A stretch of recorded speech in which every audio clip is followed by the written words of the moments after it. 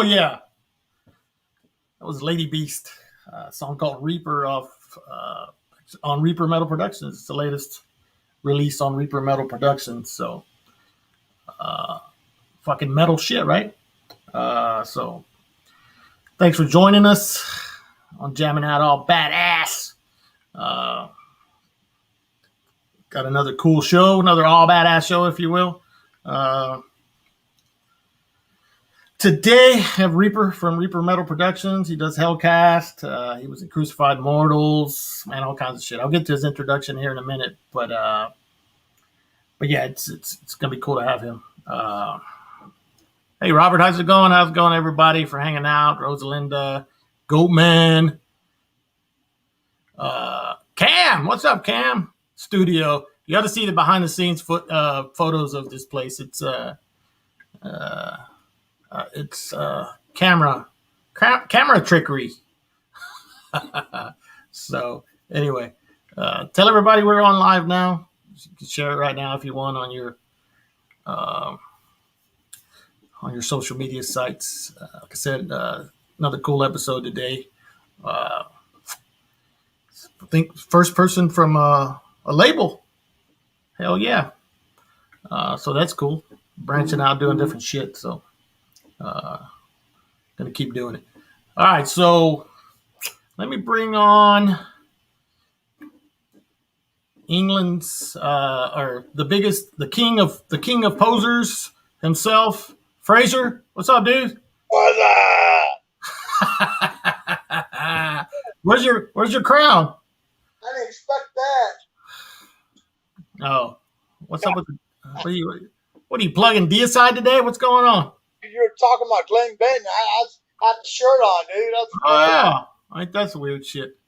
But anyway, so I know you haven't been on here a while, so look at that. You're already getting love for your fucking deicide shirt from Goatman. Yeah, cool. Cam's. I guess he's excited to see you here. I don't know. Oh, what's up, Cam? Jedi Spam. A big Fraser fan. Deicide tour coming up. I didn't know that. Is that true?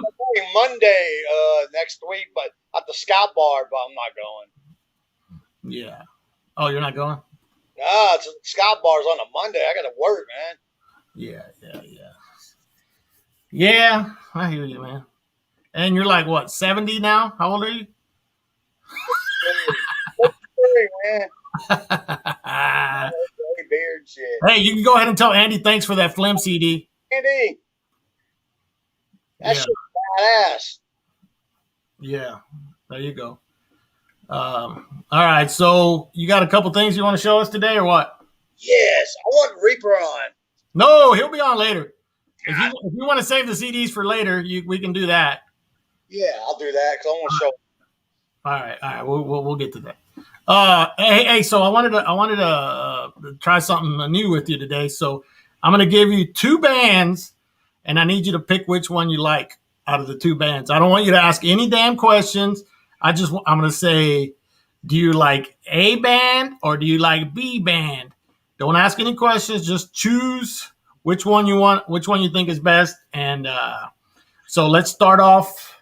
First one, do you like Poison or do you like Poison? German Poison. That's not. Do you like Poison or do you like Poison? A or B? B. B. That's the glam Poison. Damn poser. All right, next one. Slaughter or Slaughter? Slaughter. You like Slaughter? That's the glam one again.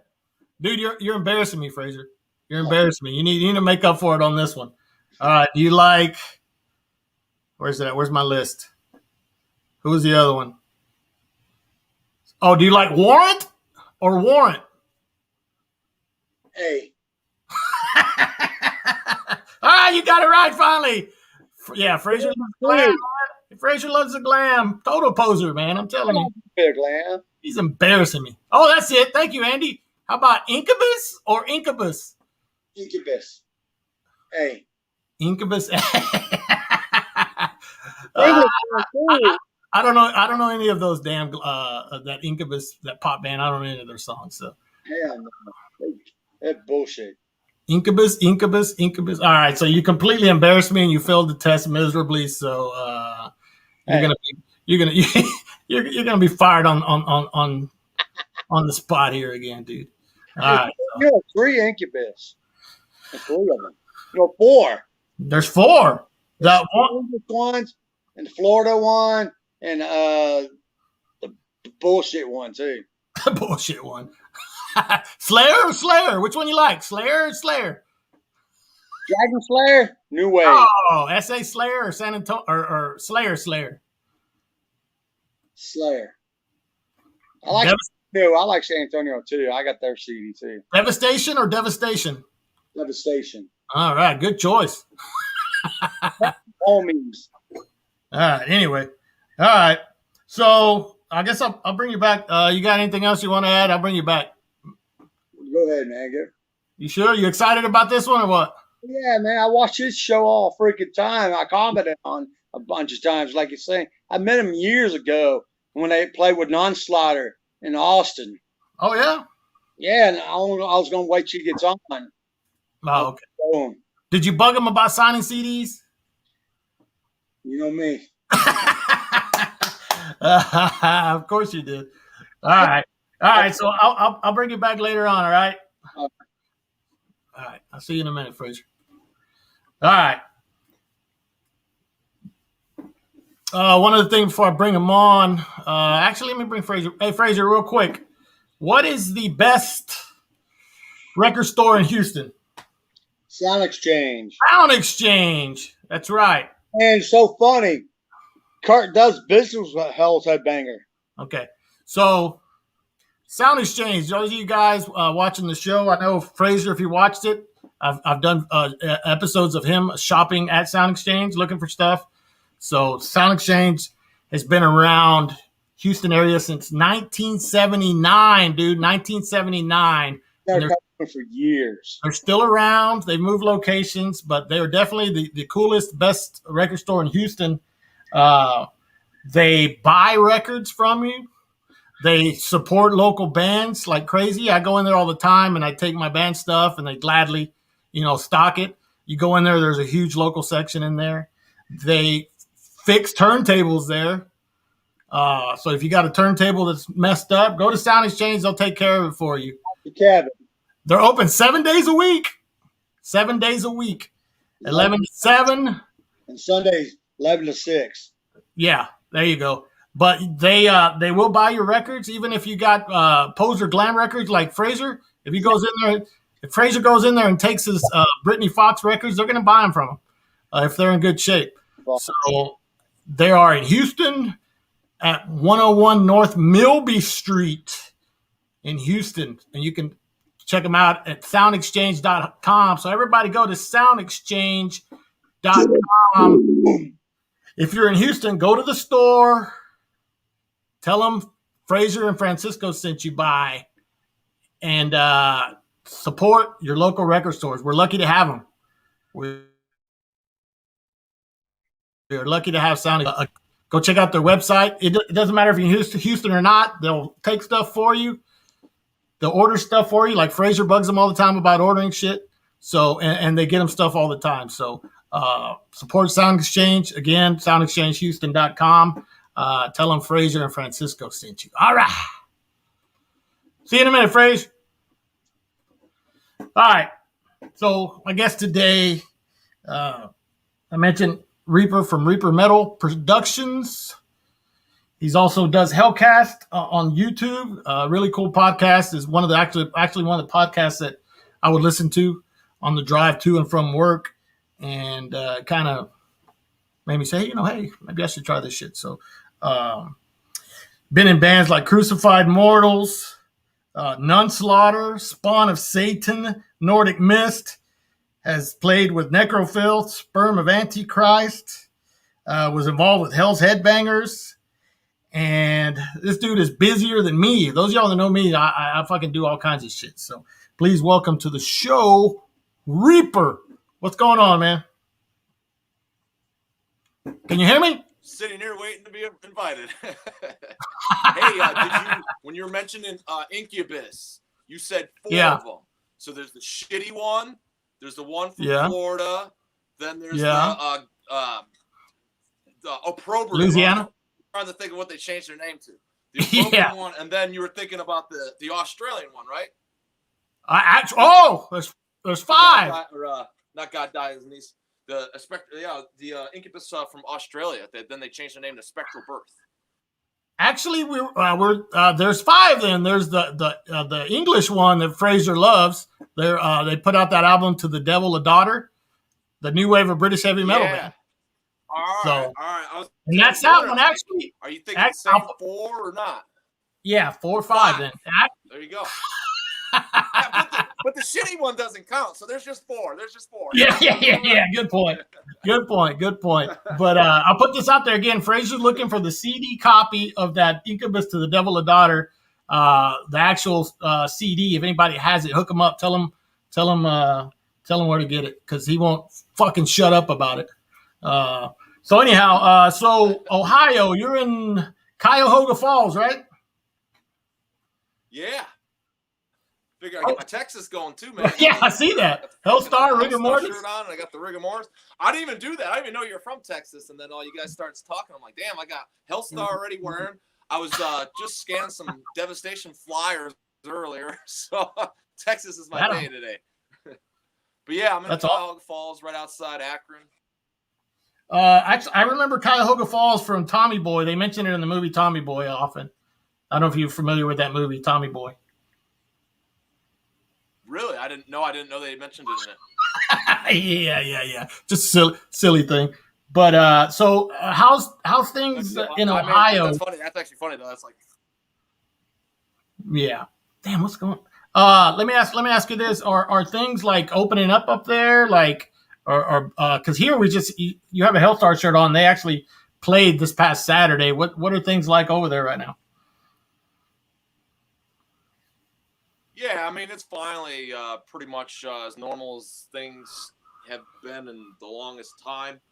I'm pretty much a hermit, so I'm like the worst guy to ask. But it is like just like going back to normal. I mean, granted, things, even what quote unquote normal is, like it's not, like because there's still places that I don't know. It just seems like shit really still closes really, really early. So it's like, if anything is like a change of the norm, I think it's like it's already there. So like if you're starting to notice crap that wherever anybody's from, be it Ohio or not, like it's just, I don't know, it just seems like everywhere is going to have like some sort of differences that are going to linger, be it hours or just stupid shit. So yeah, it's about as normal as it can get, and at least until they figure out a way to keep me from walking around outside, I can kind of deal with not having to be around civilization to a degree. So it's not all too bad, but it's pretty fucking annoying, I gotta be honest. Well, I hear you. It's less annoying. Yeah, they're saying in the chat that you're kind of low. I mean, I can hear you fine. I don't know if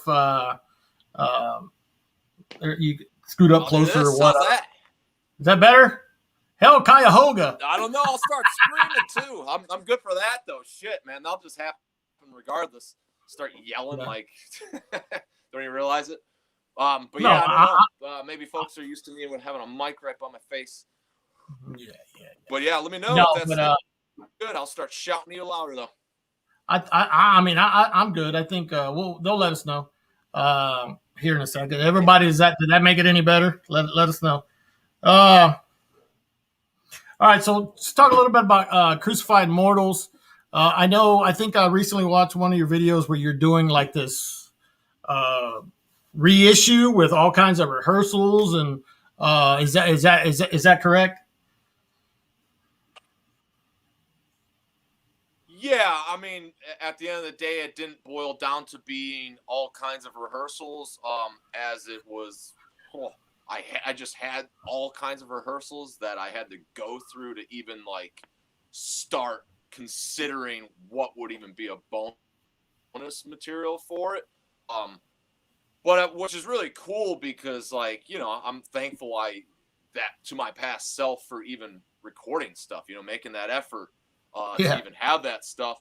But so no, ultimately there was a rehearsal that I found that would be like the cool one to put on there, because a lot of that stuff too was like from the same year, so it was like, shit, man, if you're gonna use all this, like that'd be pretty damn boring. Like, I mean, literally like week after week the same year, so it'd be really much the same.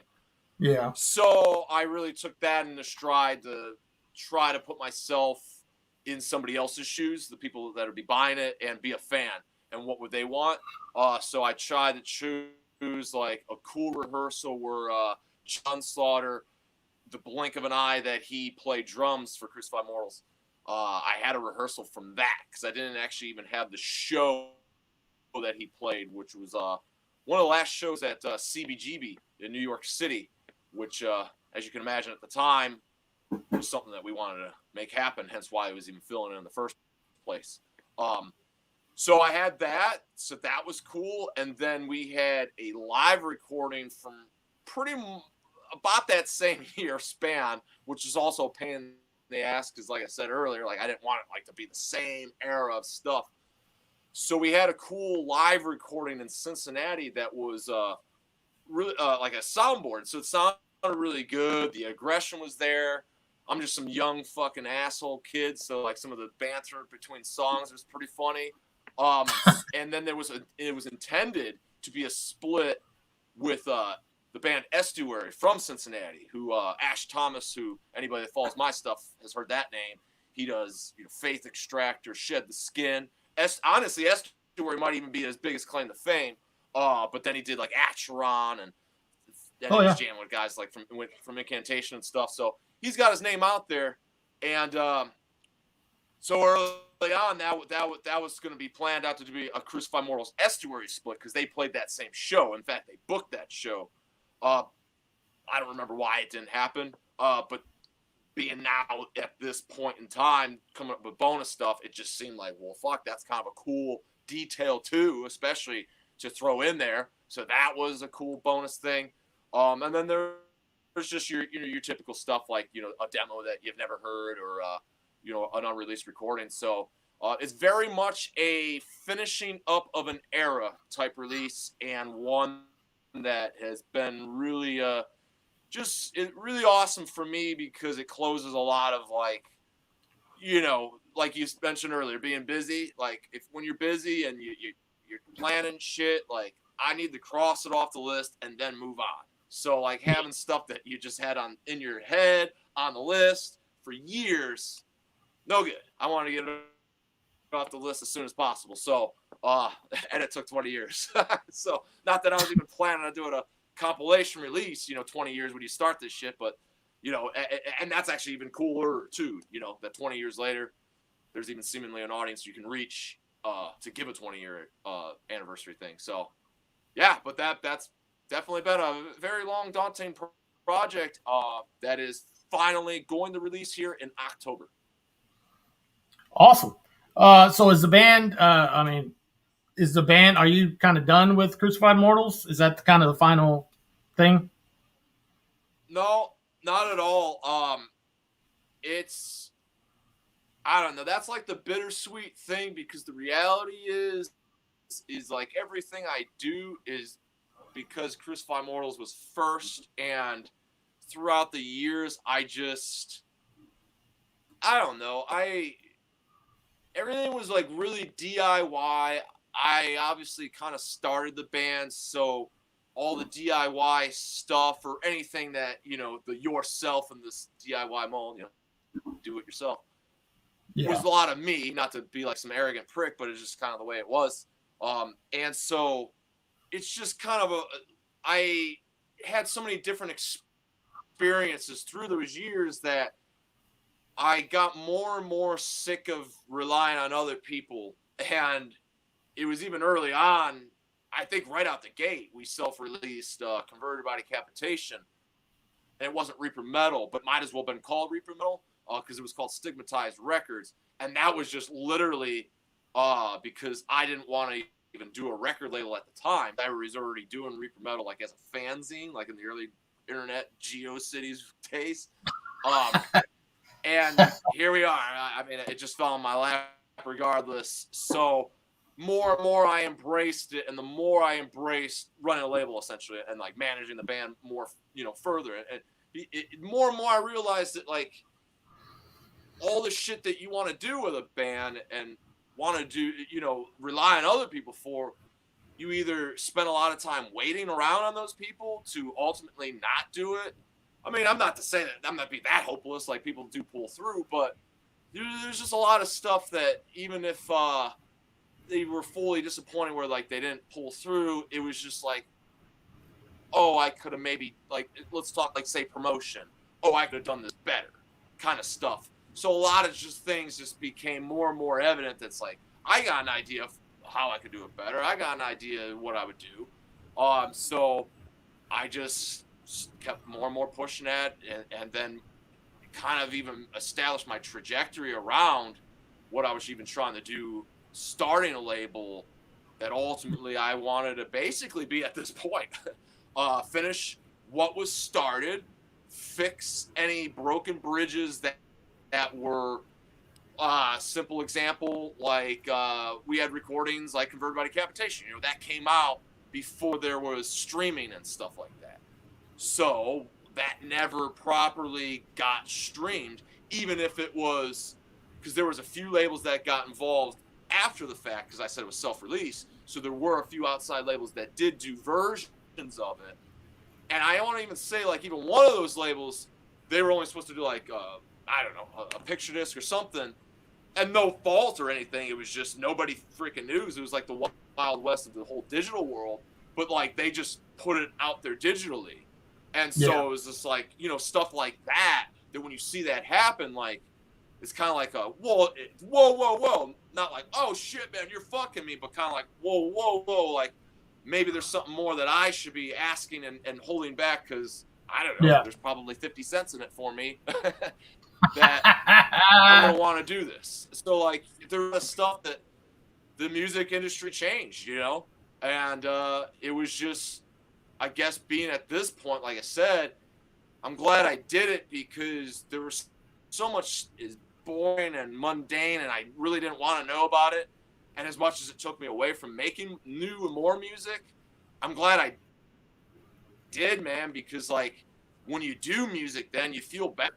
There's so much, like, there's nothing worse than spending years on something and believing in it, and then it's released, and it's just like, there's a release date, and it's like, well, why?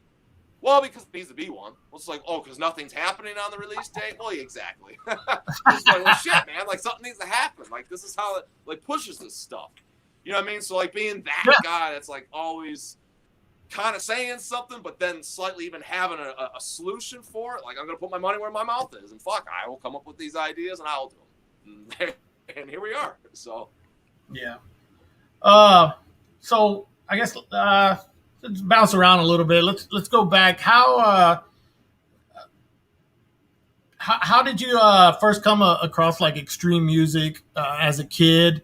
Was there somebody that kind of introduced you to it, or what was that? Growing up, how did you first get into the extreme stuff? My oldest brother was basically he is. 12 plus years, so a decent gap, and he just had tapes sitting around, and he was basically transitioning, going to the military. So me and my other brother J-Dog, we as kids, because there was like 6 of us growing up, especially when my older brothers were around. So it was a pretty full household, that my parents didn't have enough room to stick our asses in, so we started sharing rooms, and so we shared a room with him. And I remember he's just like, he wasn't around a lot because he was just like either gone away working, or he was, like I said, transitioning and going to the military, so being sent off, going boot camp or whatever.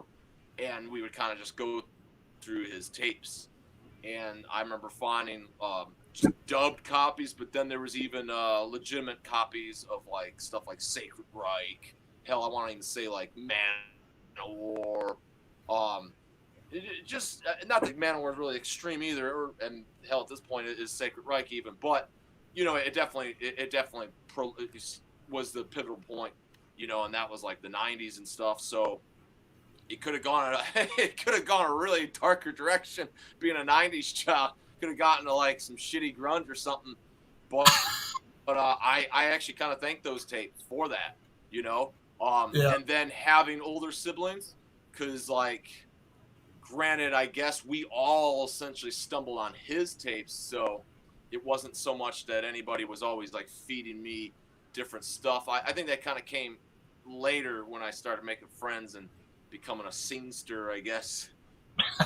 Where like, you know, you started making the friends that had the cool demos and stuff that was like, hey, check out this band, you know, to where I would say that's how I definitely really got more and more to expand into extreme music. And it wasn't really like one said person, like once that initial discovery in my brother's collection really happened. Like, I think a lot of it was very much just free-willed. And like, I remember there used to be like a CD place like in the Cleveland area where you could go in there and because all the CDs were like used, so you could go in there and like listen to them before you bought them. So I would go into like catalogs, you know, be it like something as mainstream as like BMG or Columbia House at the time. Like, you know what I mean? There was like no other way for me anyway, like to find something to intrigue, you know? So like the descriptions enough in those catalogs that you'd get would maybe be enough to be like, oh, this Sepultura band sounds awesome. Next time I go to I think it was called CD Warehouse. Next time I go to CD Warehouse, I'd make a list. And then I would go and like look around, like see if they had it. I mean, they didn't have, you know, they didn't guaranteed have it. And so if they did, it was that was like, fuck yeah. And then when they did, you know, you jam it, and that was a whole different story because sometimes it sucked ass. I mean, I listened to a lot of stuff that sucked, especially things that would have, like, at this point, be obviously suck, you know, but at the time it was what was coming out, and they were calling shit metal at the time too, like, you know, like I could have easily stumbled upon Korn because that would have been labeled metal at the time, but like, right. I think those descriptions, man, because you saw a picture of them, and it's like, this band doesn't look good at all. I'm sure gonna check this shit out. So I think that's kind of how it did, and then that was honestly enough to highlight that there was a difference between mainstream and not and like more underground stuff. You know what I mean? Because it's like half the stuff that, you know, these more mainstream things like Columbia House and BMG would have been at the time with their catalogs. You know what I mean? It was weaving through even that. I remember even like hearing of Twisted Sister through that, and at the time thinking it was like, this band sucks. But like, you know, then you come back around, and that's just being like a kid though. Like, you know, like Creator with Pleasure to Kill, like, yeah, like Twisted Sister, Pink, and you know, all that kind of like that.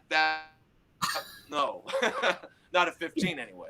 So yeah, no, I think that's kind of a lot of.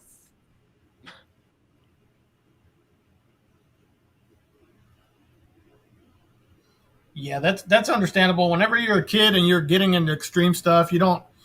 When you hear, like you said, for example, Creator, you don't want to go back. You don't want to, like, you know, everything else sounds weak in comparison when you're that young, right?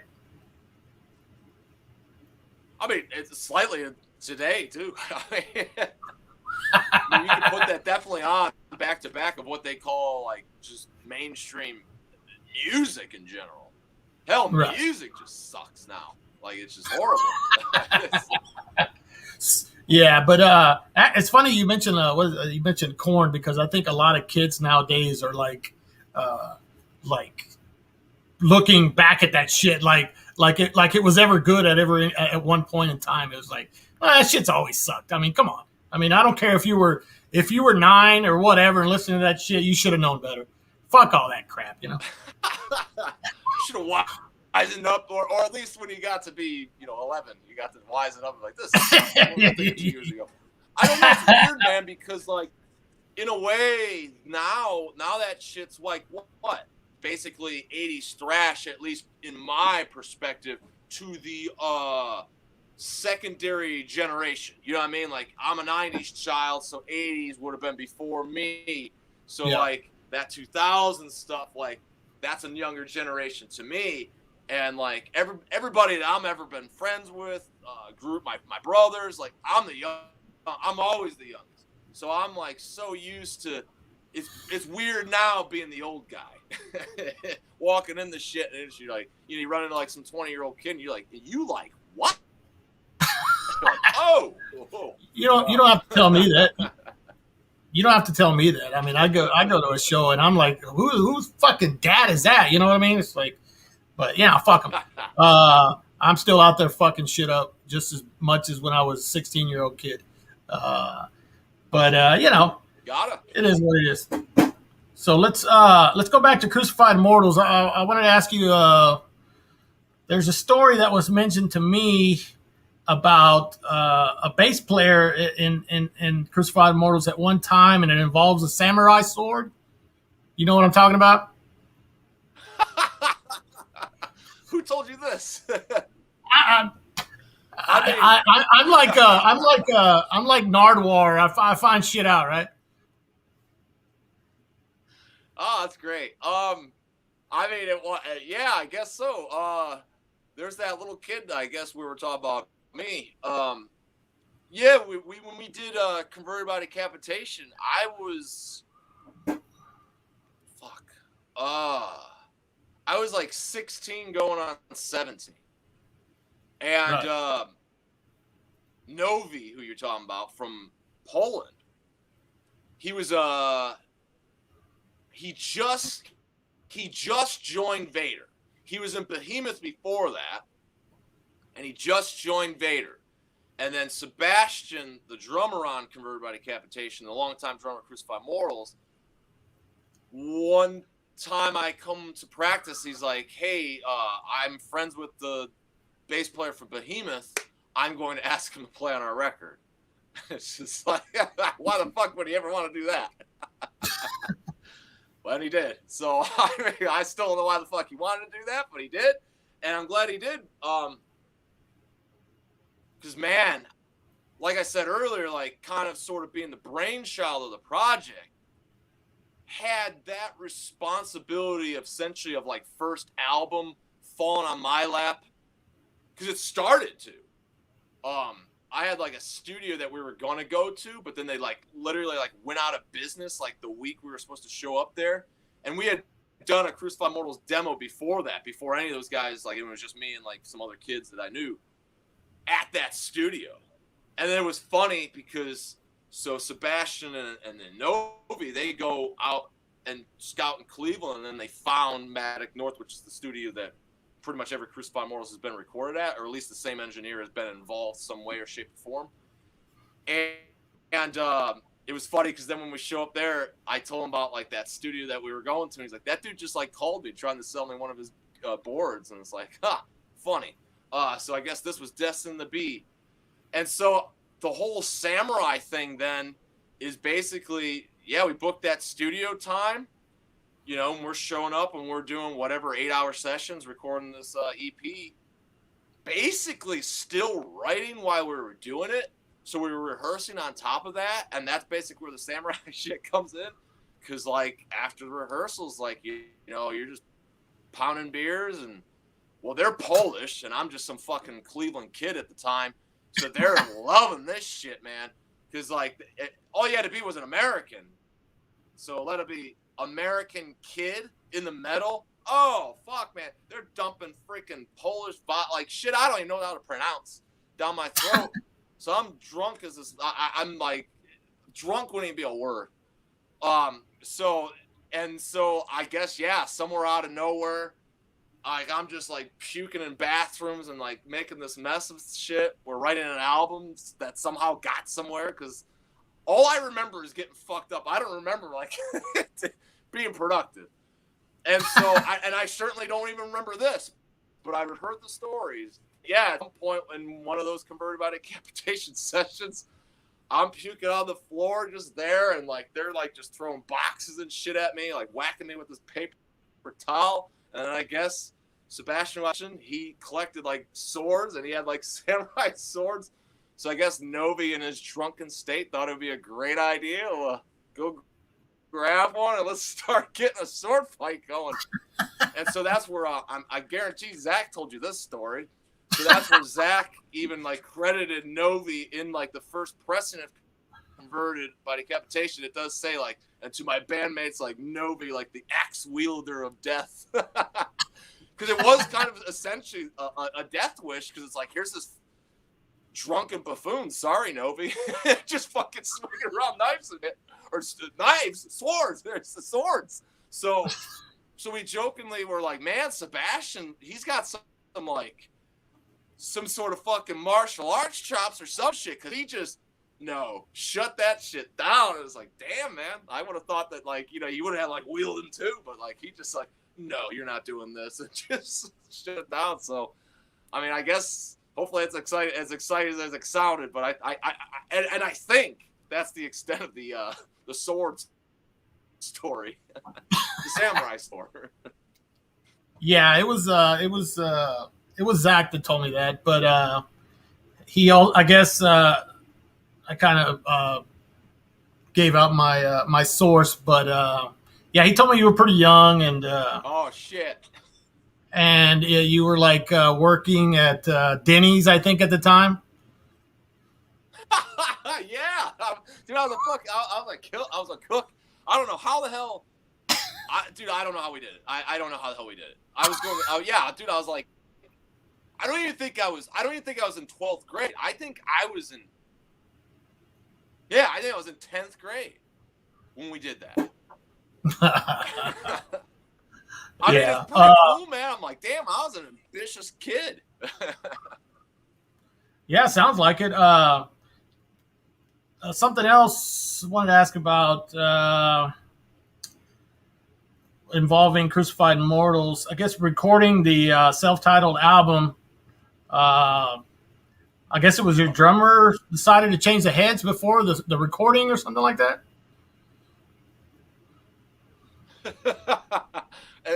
Does the story follow with how out of tune they were after? Yes. So please expound on that. Oh, this is Zach's story, man. And it all revolves around the same guy, though. I'm glad it isn't like ragging on me, I guess, to a degree. So Sebastian, if you're watching, sorry, dude. Yeah. He mentioned the name. I didn't want to mention. Yeah, I didn't want to mention the name, but he mentioned the name. But oh well. Oh, I'll mention him all day. He's sitting back. If he's watching right now, he's doing what he always did. Fuck you. We ragged on him for years. He's used to it. Yeah. I mean, I don't know. I think every drummer probably makes that mistake. Fuck, honestly, if I were in his shoes, I would have changed the heads a week beforehand too, and probably had zero idea how to tune them right, or at least thought I knew how to tune them right. I mean, he did. He had like a nice tuner and stuff, like, so he did like do it with all, like, you know, you want to go in, you want fresh guitar strings, you want fresh bass strings, you want fresh pipes, like everything needs to be fresh when we're recording. So it made sense, but yeah, ultimately it did go in there, and it was like, wow. It was like, it was like, what's going on? And so luckily, the dude that's why we fucking use that guy. He just, yeah, he was like, what is, like, who tuned these? It's like, we got to get a better drum sound than this. So what you hear is what he tuned up.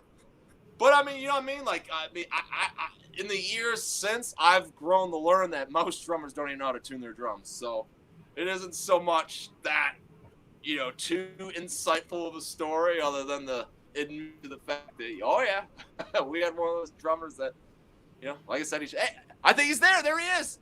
Fuck you, Lyle. See, Sebastian. There he is. There he is, 102. I told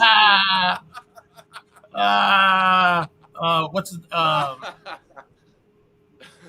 Dylan says it's been a while. I don't know what that means. Apparently you'll know what that means. Oh, it's that shitty song.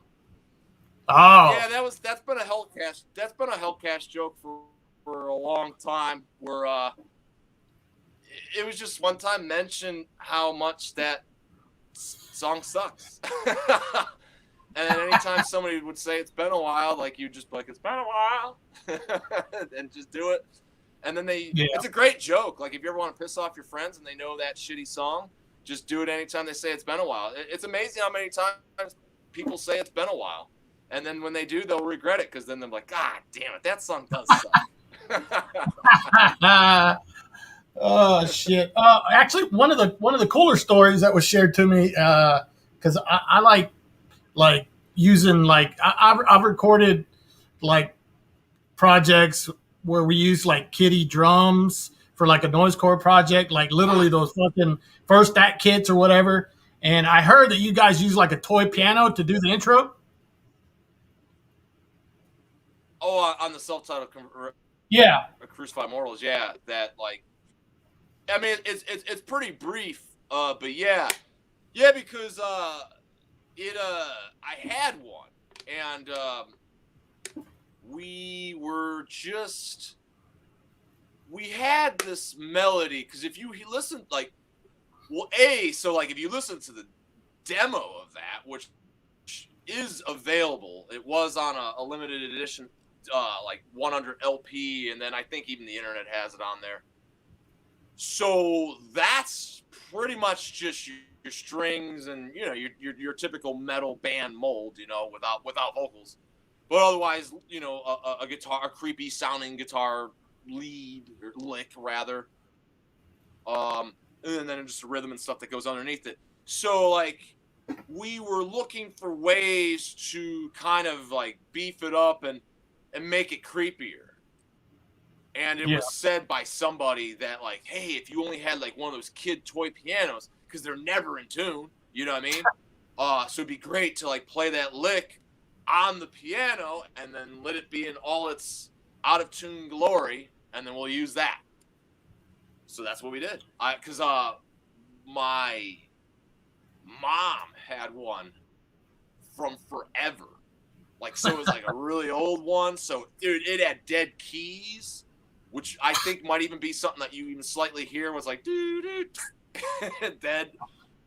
Which is like, so it's kind of cool in a way, So yeah, that's how we did it. Like, because there were so many different talks too of like, oh, we could get like a grand piano in here, and it's like, well, why the fuck are we gonna do all this shit? Like, just go get a piece of shit little toy piano, just muscle in your car, and we'll be good. Like a grand piano. Like, did you ever try to track with one of those like correctly? It's a pain in the ass. So we omitted that pretty quickly. We don't like pain. We don't like pains in the ass. We got enough of it just being ourselves. So. So that was I think that was about the extent of it. And then we put then there was like different variations of like we use like different microphones. There was like because as maybe not everybody realizes, a microphone's only like one mono, so you can get stereo microphones. So we used particularly a stereo microphone. And then I was just like running around the studio, just like hitting shit, so I could be like some, So we had like some sort of like voice and like direct, so that way it moved too from like ear to ear, but like also had like Doppler, effect, so that like it could be like as if, because the song's called Seance, so it's like we wanted to have like some souls and crap, like saying backward messages, but we didn't want to like make backward like forward messages, but then say them and then reverse them, and it's all that's kind of lame. So it was just better to be like spontaneous, shitty piano, play a little kid piano, and some asshole running around a room yelling, and then a creepy key, and the rest and then the rest works. So yeah, a lot of discussion about the intro of the album, but yeah. Actually, Andy asked something I was going to ask. I mean, the out of tune piano kind of matched the out of tune drums, right? Oh, you're gonna have to ask Sebastian there. Let's see another fuck you, Sebastian. I mean, for the record, I think the drums are in tune. The engineer did not let it pass otherwise. That's why he charges the big bucks. Damn. All right, so I guess for a brief, before you started Reaper Metal, you worked with Hell's Headbangers, correct? No. I always did Reaper Metal. Reaper Metal was like my first thing that I ever did, actually. When I started to get in, like when I wanted to like just, I didn't know what the hell I wanted to do, frankly. I just knew I I was just starting to see opportunities. Like, again, like I was 14. It was late 90s. Yeah. And so, like, internet and shit was fresh. You know, you could have an AOL profile, and, like, if you had an AOL profile, like, you could somehow, like, build some sort of website with it. So, like, that was all kind of like a tool for me. Like, dude, I don't know how old I was, like, because the internet was around for a while, but, like, it took from what I remember anyway, it took our family like forever to get it, which is fine. I honestly miss those days. But when we finally got it, I was like kind of so intrigued by like computers and like what I could do with them that I remember pretty early on discovering like that, oh wow, like I could somehow like build a website, you know? So then I just started learning about building like HTML code and all this crap. And then I started building a website, and then it was called the Reaper. And then a friend of mine, a pen pal I had forever, still do, Ingo in Germany. Hey Ingo, give a fuck you too if you're here. He was doing, fuck man, I don't know. He was like, I think that's right. He was writing for like Rock Hard in Germany. So that, and so like when I heard that, I'm like, fuck man, that's a pretty big publication. Like how the hell am I talking to this guy? So like really, really early on, like just even doing this dumb website called the Reaper, where I'm like, I don't know, reviewing Annihilator or something. That's all it was. And then all of a sudden, like I'm getting in touch with people. So like things just started to expand.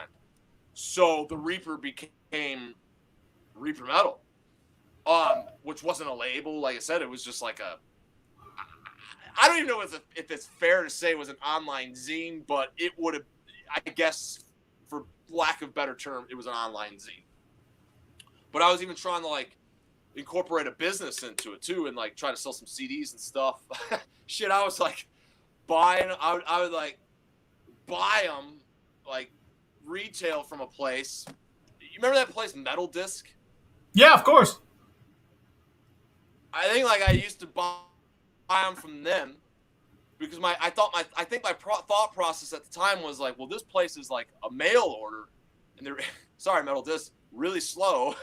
So I remember thinking like, well, if I were to just kind of foresight and put in my taste and get stuff that would be cool, and then put it on my website, the Reaper, and then have like a business, I could like sell stuff.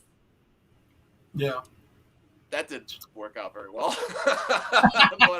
but hey, it was an entrepreneurial spirit, and the apple didn't fall very far from the tree to where I am today. So I guess don't just fucking start, like they say, you know, start what you want to do. And so, yeah, so I guess a lot of people don't actually realize that, but no, I started that before ever being involved in health. And I think that's honestly why I got involved in health, because I was doing that and I was making connections. You know what I mean? And then I did, because I started, because I had, because Crucify Mortals was always first. I started doing, like, I did like this really shitty demo, but shortly after I did start doing the Reaper. So they're very much like close in hand. They have the same amount of passion, and I think that's why, like I said earlier, I started to learn as I did through those opportunities, because they happened to me so early on that it's like, fuck, man, this could very well coincide with doing this music project and going somewhere with it. You know, bare minimally at the time, if I just met people like Sebastian to even be in my band, that would have been success. That would have been fine enough with me, because I lived in the fucking boonies. You know, I didn't even have friends. So, let alone people that were in the music that I was into. In fact, I think I did have friends. By the time I got in the music and they found out what music I was into, I didn't have friends. So, let me we'll go back to Reaper Metal Productions. I was going to ask. You mentioned you had it was 6 of you guys. You know, you and your brothers. And one question I wanted to ask that again somebody told me about was, who is the cheapest brother of you all.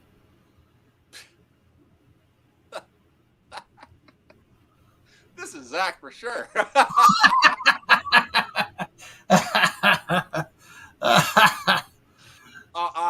Dude, I gotta fucking take a moment and laugh. I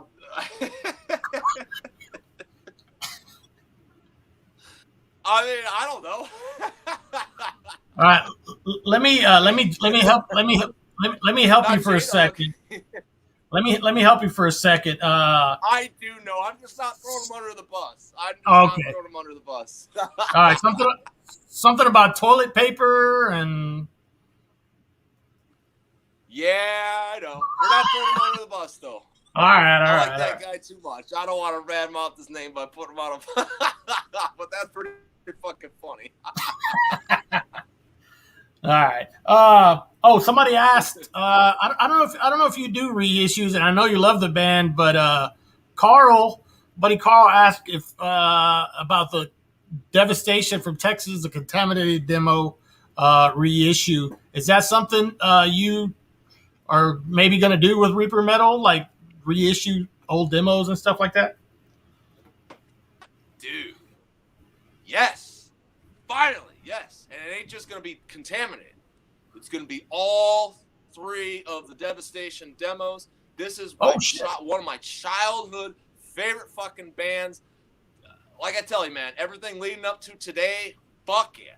I'm so excited about this release. I literally today scanned in like 50 flyers, over 100 photos of everything that was sent to me from Devastation.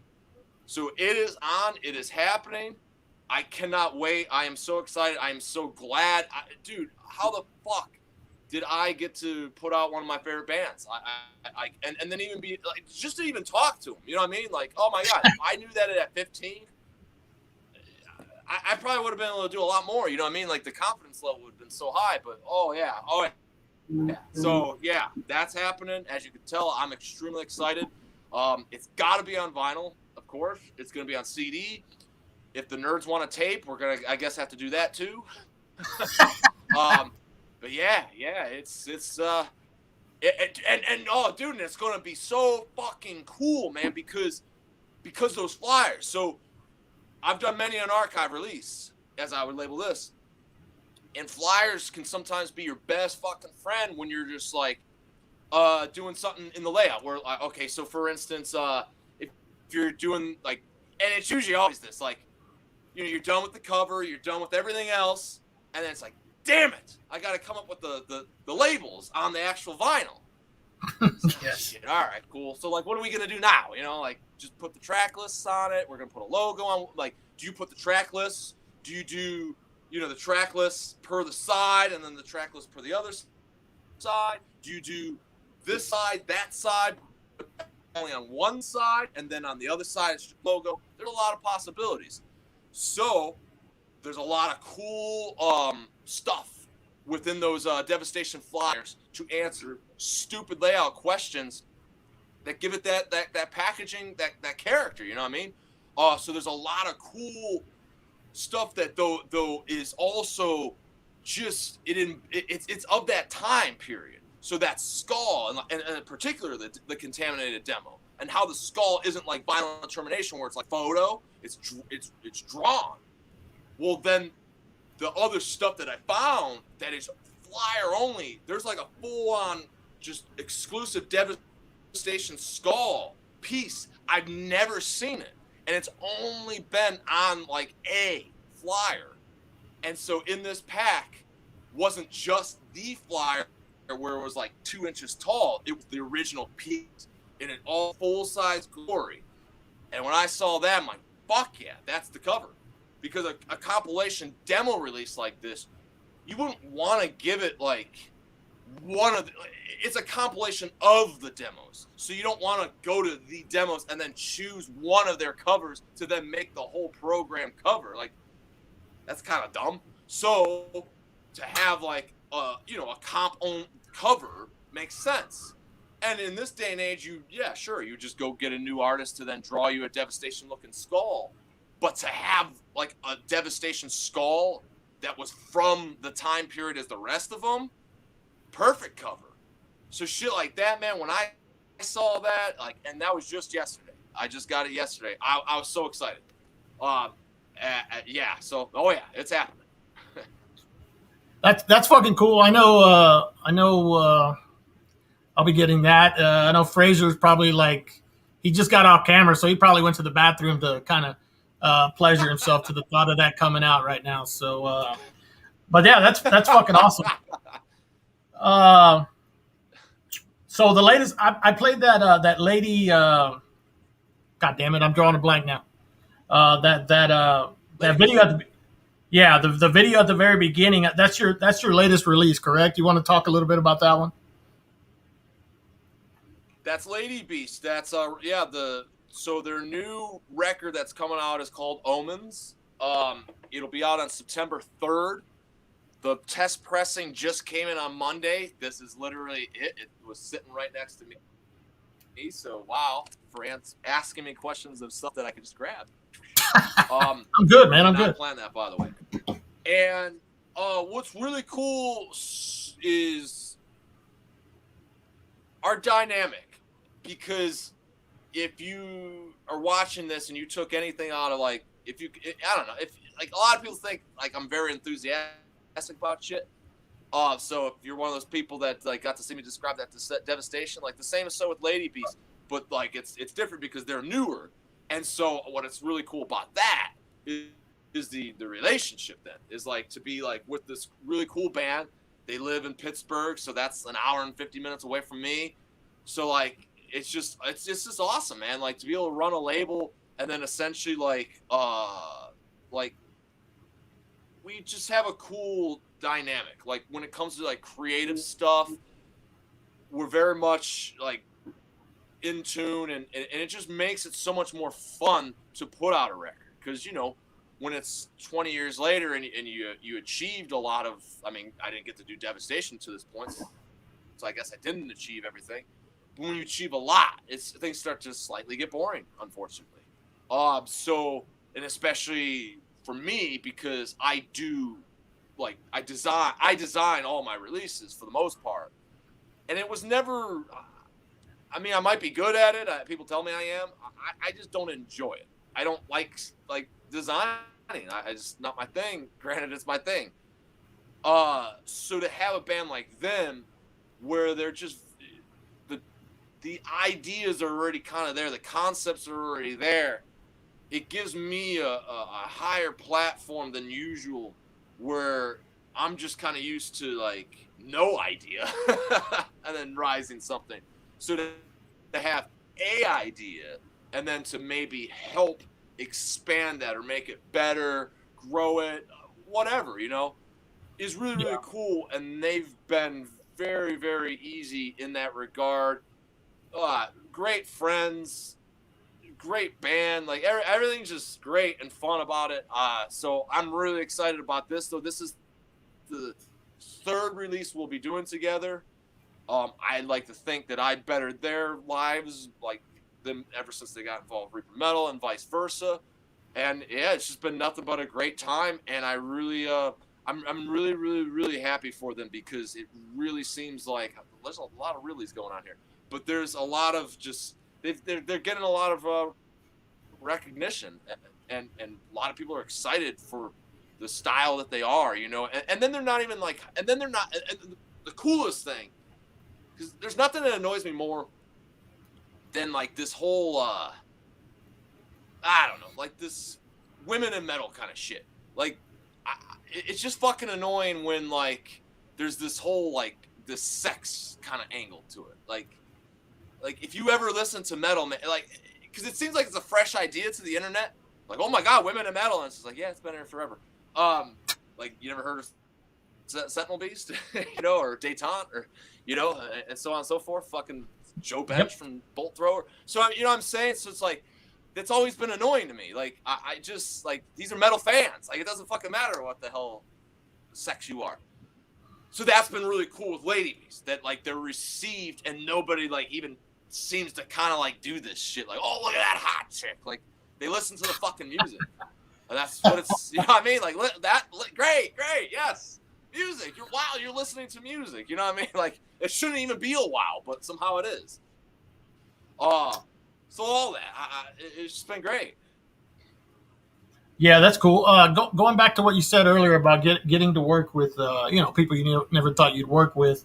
I mean, one thing I always tell everybody: if if you're in it for the long haul, like me, I've met people that never thought I'd meet from when I was a kid. I had their fucking pictures on the wall and all that shit. So if you stick around and you don't go anywhere, you don't wimp out or pose out, you're gonna eventually shit like that's gonna happen. You just gotta keep at it. You can't just like be in it for fucking 2 years and then never be seen again, right? So, and that's the reason this shit's happening to you right now. Probably, yeah. I mean, that is essentially. I mean, there was, like you said, I worked at Denny's, but like, realistically, most of my adult life was not a conventional job. I didn't even go to college. But probably one of my best decisions, even though I hated it at the time and regret, because I went into the printing vocation. So like running a press and stuff, like offset printing, not screen printing, like shirts and stuff, like printing paper, books right. And all that stuff, which really helped me then obviously understand every aspect of what goes into designing an LP or a CD, you know what I mean? And then actually literally, printing them sometimes. There were actually Nunslaughter 7-inch, Crucify Mortals flyers. I don't think there was a 7-inch. So stuff, that my bands held, probably even Reaper Metal or the Reaper.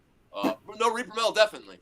That, I utilized being in the printing industry to like print stuff myself and have flyers or, even the CD booklets. There were a few that I did do at the places I worked at and printed them myself too.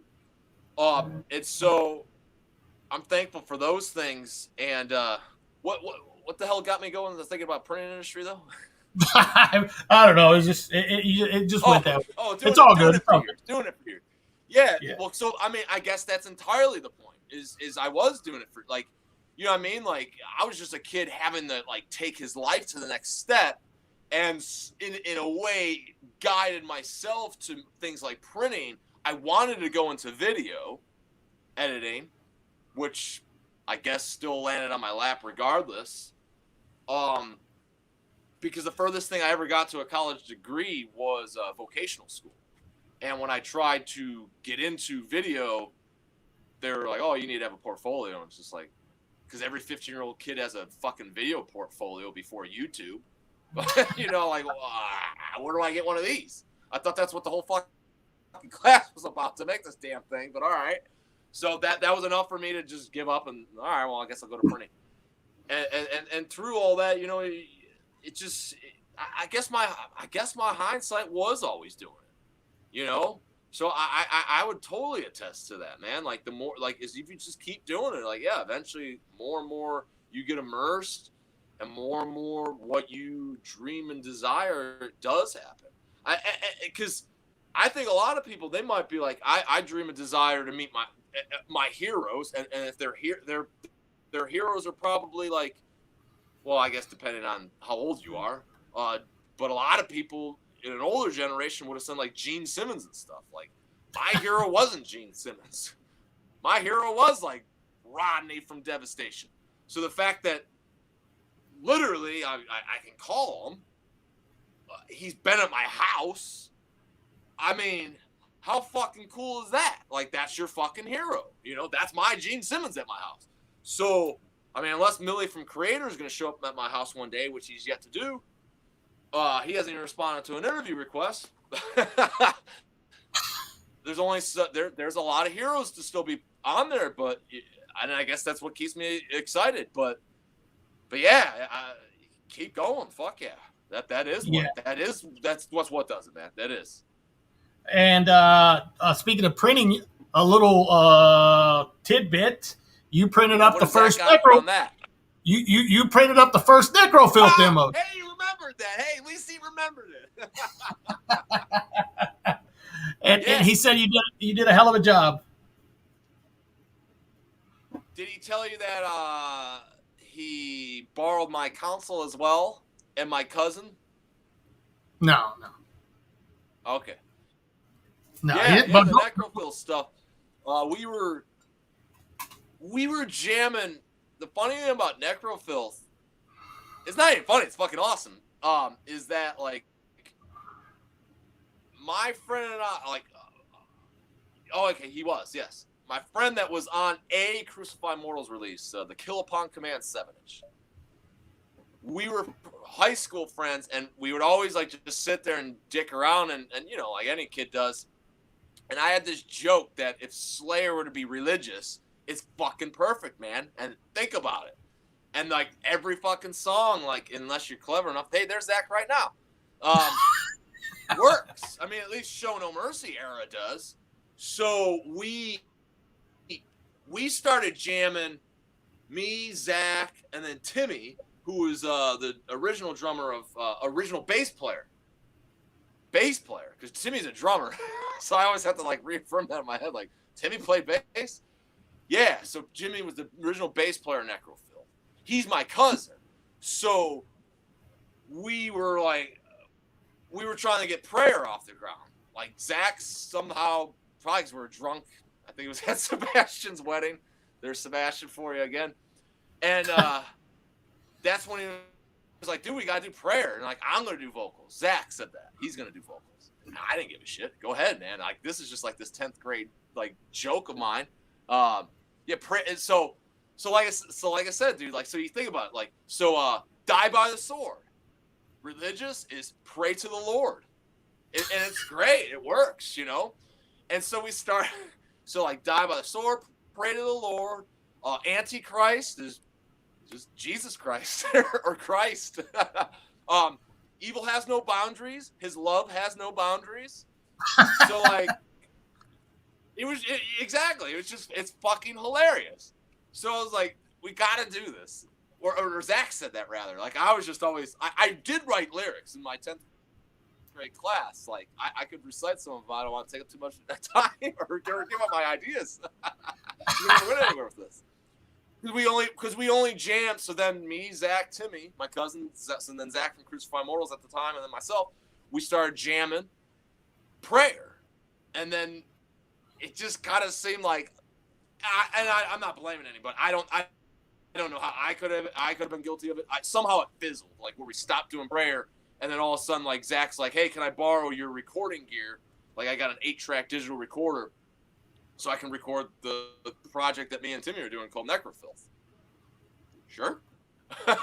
And then, hey, you know that recording that I recorded on your console? Like, can you print the covers because you work at a printing company? And then I think I had like all this other colored paper. So that first Necrofilth demo is like 5 different colors because I don't know, the printing company I worked at, they just had like all this old paper, and I'm kind of like a clean freak, and I'm just like, hey guys, like, can I clean this place? Get rid of this old shit. Like, we're never gonna use this decrepit fucking paper. And they let me. And then so I think like Dawn of the Dead too. There's like some Nunslaughter 7. I think Dawn of the Dead from Nunslaughter is still using some of that fucking paper, by the way. Because this was like, I don't know, 15 years ago at this point. So it's just funny, but that's how the Necrofilth happened. Let me see. Let me bring up a photo. Let's talk about where'd it go? You started HELLCAST. A photo. Well, it's just your logo. Not so bad. Yeah, no. So you started HELLCAST. I don't know all these Zach stories. I was getting worried. What did Zach give you? Photo-wise. Yeah, so off that sword in that photo. Yeah, no, he actually was going to send me a photo of the piano, but he couldn't find it.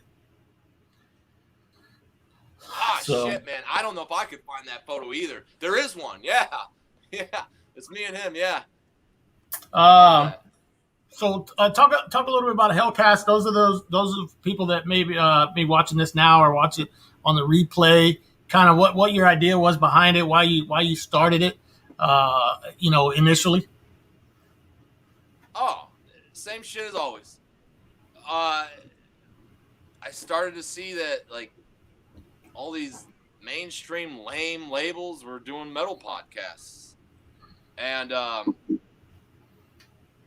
I started listening to them because it was like what the hell's a podcast? And I started listening to them. Sorry, Relapse, but I think Relapse had one, and this is just fucking boring. Like it's just all about their bands and like, not that that's bad. I get why they would do that, but I don't know. It just didn't seem entertaining enough to me. Like, it seemed restricted, to like the label's trajectory. And it's not just Relapse. That's just my example. I'm pretty sure it was Relapse though that I heard one of their podcasts. Then I'm a big Kevin Smith fan. And so he was always talking about podcasts. I'm assuming everybody knows who Kevin Smith is. I do. Yeah. He just did a lot of podcasts. He was very, very much open into talking positive about other people trying to start a podcast. So like it just was like, whoa, I didn't even need all this shit. Like I just want to know what the fuck it was and how the hell do I do it? Because if it's what I think it is, I can start doing that tomorrow. And it was what I thought it was. It was somebody that could record themselves and then post it somewhere. So I was like, all right, well, so then it needed a purpose, and I figured and so this was we fast forwarded in this timeline that we weren't keeping, not that it mattered. So I was working at Hell's Headbangers for a few years at this point that I told them, I was like, dude, Metal Blade's got a podcast, Relapse got a podcast. They're boring as fuck, but they got one. Hell's Headbangers need one. And by the way, I got an idea that I think might make it not boring as fuck. And that is to embrace what Hell's Headbangers least was kind of all about. Like their slogan is, when you need metal, go to hell. To me, that translates as, whatever the fuck you like, we've got it.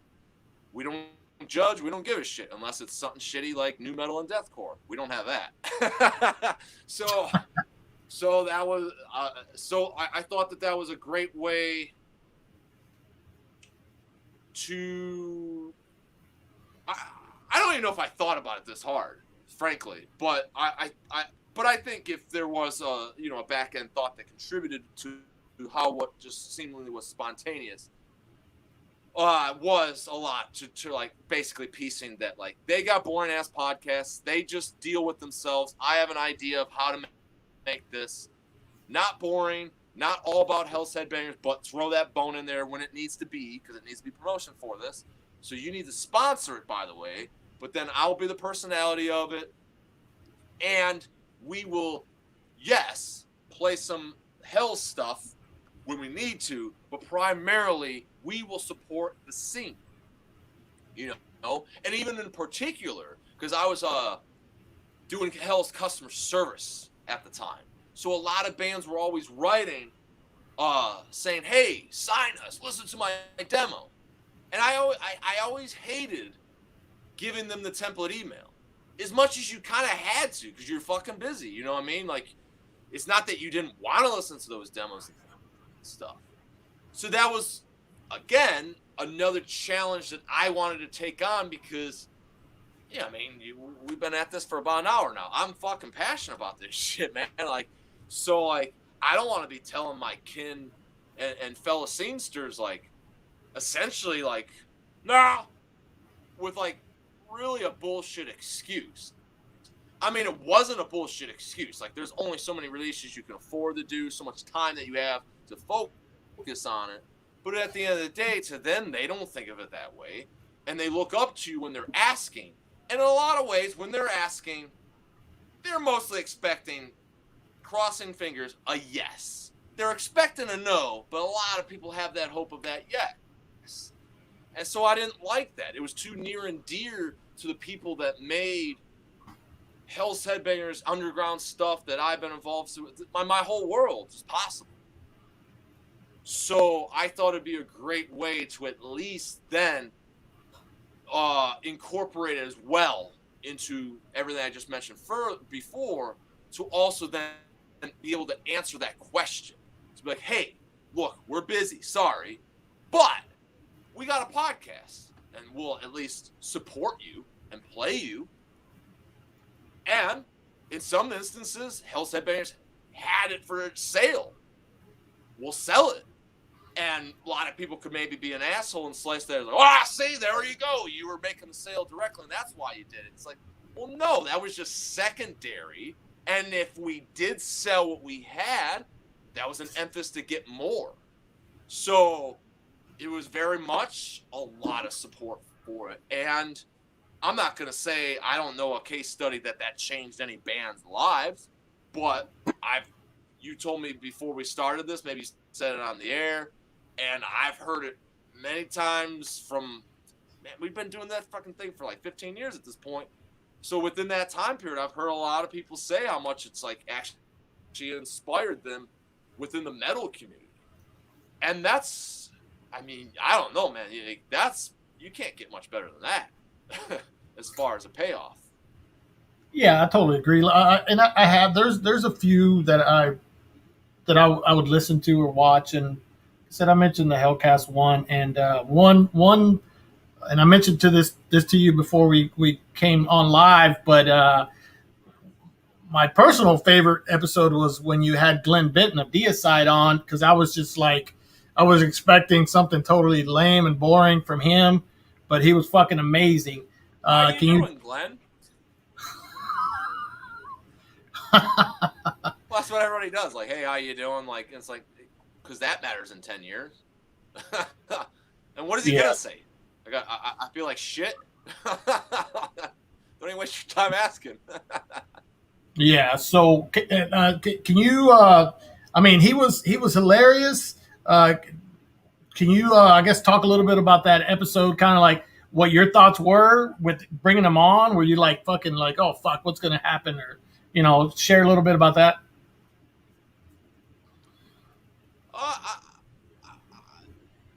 I don't know. I think by at that point I was a little more comfortable interviewing people. But I think I was actually slightly nervous because you hear about how Glenn can be,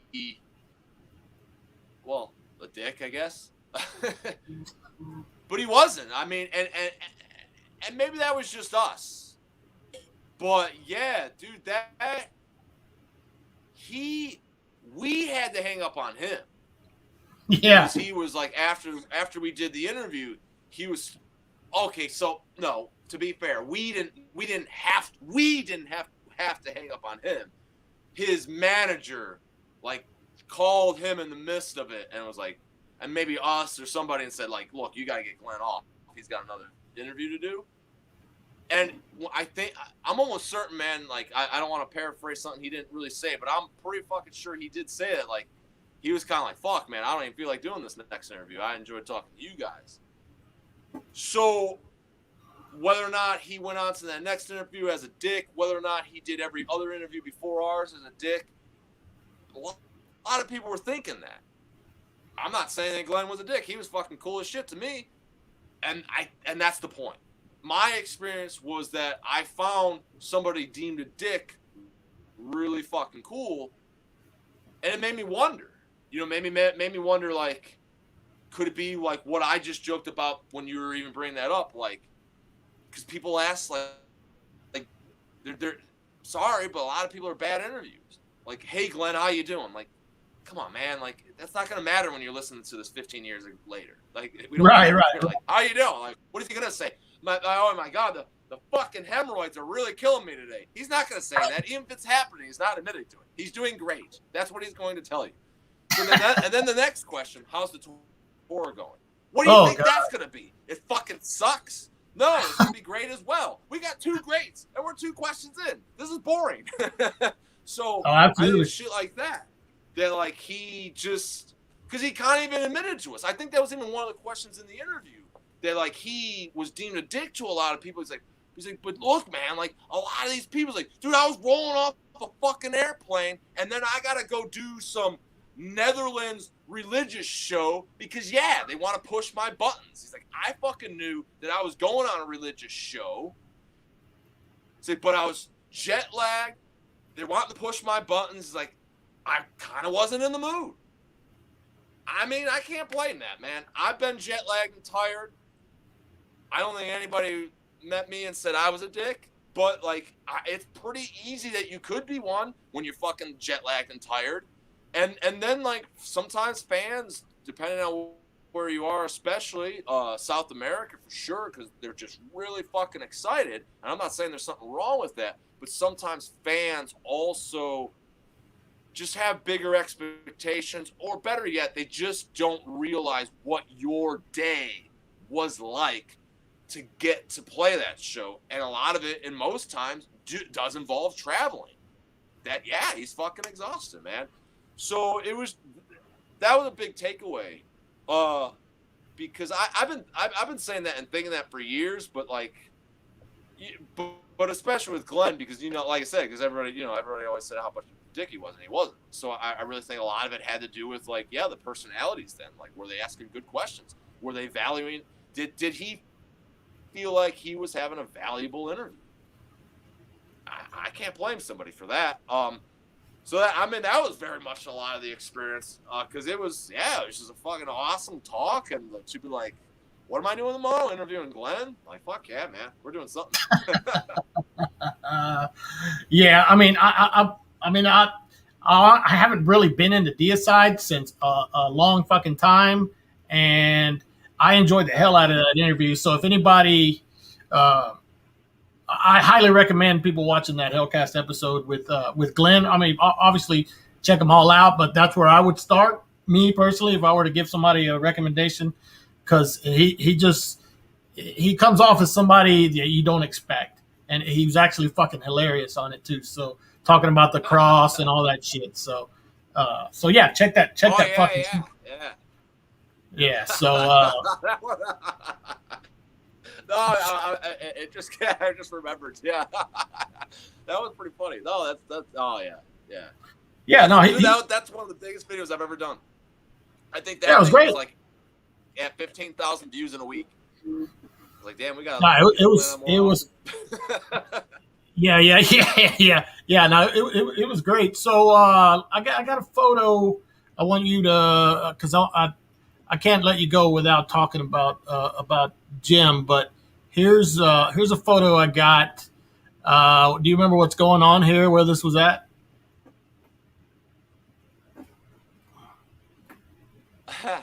Yeah, you're gonna laugh at this one. I'm not in that photo. Wait, what? That's not you in the right? No, that's Chase, my brother. But I know the people in that photo. I remember that photo though. Wow, who had that? Zach? No, your brother sent it to me, and that looks exactly like you on the far right. Yeah, me and Chase look a lot alike. Granted, Justin's in between. I'm younger than Chase. Then it's Justin, who's J-Dog from HELLCAST, who's not as muscular as he is now in that photo. So wait, holy shit! That's cool for HELLCAST fans to see a skinny ass J-Dog. That's him. Yeah, with the black hair. Holy shit! Yeah. Wow. And then right to him is my brother Eric. Yeah, we look similar. I mean, we definitely are unmistakably brothers. Me and then actually Eric, especially now that like he cut his hair and stuff, which is kind of weird because I got long hair. But like these days, more so than like ever. Like, dude, when we were kids, everybody always got us confused. So like, yeah, but like in the adult world, like Eric was never like confused, and especially Justin. But like now, it kind of seems like people get confused. I mean, honestly, when we grew up in the town that we did, like, I'd go to, like, the grocery store, and there'd be, like, somebody that was like, hey, Chase. And it's just like, I'm not, like, to a point that I just got to be like, hey. Like, I'm not even going to fucking correct you at this point. Like, I guess I can't be my own person, then you're going to always fucking be confused. That's fine. You're slightly, I mean, I don't know. I mean, if I was a dick, I could be like, I'm offended by this, or at least slightly, like, I don't know, something objectionable. Like, I'm my own fucking person, damn it. Like, recognize me and my fucking name. Like, you know what I mean? Like, fuck. Well, Is that so what's hard, funny is your brother sent me that picture and told me that was you. Bullshit. How drunk was he? I don't know. I'm just saying. So I'm like, and I said, well, yeah, that does look like him. So anyhow, all right. Yeah, no. Well, Dude, at least, photo. That is 100% not me. I'm gonna have to tell him that. That's fucking awesome. I mean, but either way, Jim. I want to talk about Jim Kanye. He's in the photos, so I know you played in bands with him quite a bit. The Spawn of Satan and Nordic Mist and all that. Can you? I know he definitely left his mark, because here we are. Well, it's been 6 years now, and his name is still being thrown about, still being talked about. The guy was awesome. I met him a couple of times, right? And he, I guess, talk a little bit about Jim. If you have any like cool, funny Jim stories you'd like to share, I would definitely like to hear it. Well, fuck, man. If you wanted those, I will be here for the next few hours. But well, dude, your time is impeccable, man. Jesus Christ. Actually, no, that Jesus is not here. But I just yesterday got done doing vocals for Spawn of Satan. I'm a fan of Spawn of Satan. I'm not the vocalist of it. And you know what I mean? So, like, to be here again, man, like, it's fucking crazy. But yeah, so I started out as a fan of Spawn of Satan, and later, eventually, once I got involved in Nunslaughter, Jim approached me to do Spawn of Satan with them, and we only did the 1 7-inch, which was a split with Evil Angel, but we did do more recordings than that, and nobody knows that because they never came out. And so now that he's gone, and even before he left, he even told me, like, oh, I did those vocals for these songs that we did, like, ages ago. And I was like, fuck, oh, great. You know, and then when he passed, it was like I had to basically go around. So I'm going a few different directions here. So the first direction I'm going is to explain because I'm doing a Spawn of Satan collection release. That's the complete and total Spawn, everything that the band has ever done. And so there were that Bloodsick split, the first Hell's Headbangers release, that session of studio material, they had more than the songs that are on that. There's like 4 or 5. There were 4 more, but they weren't complete. They didn't have bass on it, and they didn't have vocals on it. So when I got involved, me and Jim did some new stuff, and that was that split with Evil Angel that came out. But then he wanted me to finish up those sessions because all they needed was bass. So I went in there. I did bass years ago. We were supposed to do a Crucified Mortal Spawn of Satan split, in fact. It's going to be 3 songs each band. Yeah. And the Crucified Mortal stuff was done for a long time. And eventually I just got impatient. And through that like period of impatience of mine, like Jim kind of always picked up on that and was like, well, if you ever want to find another band to do the split, like, you know, I won't have any hard feelings. Well, he did. When I finally took his advice to find another band, because he was taking a while, and he did have hard feelings. Like, well, the world's waiting. When I said shit like that, and it's like, well, Jim, like, dude, you said like you're gonna do the vocals. And honestly, I want to have a really nice story, and I will leave with a really good story of Jim. But this moment of the story slightly even gives I don't know. It shows you at least where some of the incompleteness of things happened. Because honestly, those tracks he never did complete. And it's fucking weird that is like what he did say to me. Because in hindsight, the world's waiting. That's exactly what happened. The world is waiting. Like, yeah. And had we never even found that other band, which happened to be Faith Extractor, which I mentioned earlier with Ash Thomas, that the Crucified Moral split, then those songs got to be on. Jim never did finish those songs. So if I kind of, like, you know what I mean? Like, had I been there in that moment, like, the world's waiting, then he's slightly kind of like, you know, giving me a little bit of hardship, I could have caved and been, okay, fuck, I don't want to do that. Where would we have been? Would he have finished those songs? And then even ultimately, even before he passed, like him saying, I'm doing those vocals, they're all done. They weren't. There was still a song that was instrumental.